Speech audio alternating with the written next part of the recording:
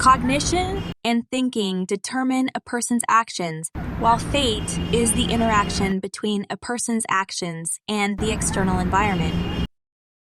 We all know that a workout strengthens our bodies because our muscles must adapt to the weights we lift. Similarly, thinking is like a muscle that can be developed through training. When you do something, your brain is stimulated, and the neural synapses in your brain begin to grow, allowing neurons to form connections and create context. The purpose is to make you more efficient in executing similar tasks in the future. It's like there were no paths in the jungle, but through continuous walking, paths gradually formed. The next time you go to the same place, you'll choose the same path because it's the most effortless. This is neuroplasticity. When you first practice a dance, it may not feel familiar, but with daily practice, doing it 100 or 200 times each day, you'll find that in no time, the dance becomes a movement stored in your subconscious. You won't need to expend much effort to perform it well. However, in our lives, many negative thought patterns are built in the same way. It can be thoughts or actions. Choosing to escape when faced with challenges and constantly procrastinating. Blaming others when problems arise. These thought patterns may have become deeply ingrained. Some people may not even realize that they are being constrained by these thoughts. They just feel that life is difficult, tiring, and unhappy every day without knowing why.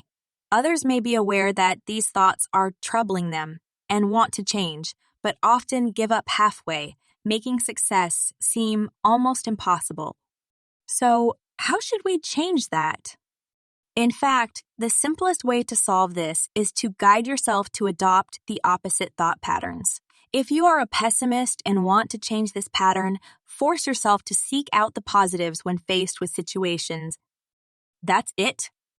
Of course, when you start trying, it may feel challenging not knowing where to begin, causing distress, or feeling like it's useless. Here are some tips to help you better change your thought patterns. Number 1, find the trigger. Identify the reasons that trigger you to fall into these thought patterns. For instance, if you want to correct the habit of procrastination, ask yourself, what kind of situations make me want to escape? How do I procrastinate? Understanding these aspects will help you better remind yourself before entering the old pattern. Number 2, what's the fact? Next, consider the actual impact of your thought patterns on yourself. What consequences will procrastination bring? Does the situation improve after procrastinating? Does escaping lead to the results I desire?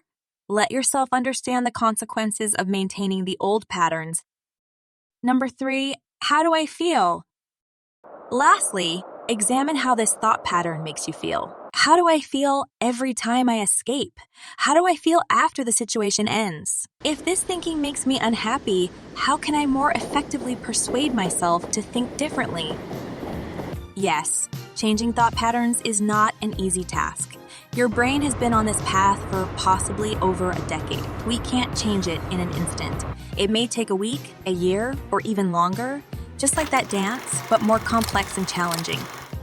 The key is to let your brain understand that the new way of thinking is more useful and efficient, bringing better results, and that you no longer need the old thought patterns. This may sound difficult, but isn't just realizing that there's still a chance to change your thinking enough to be uplifting?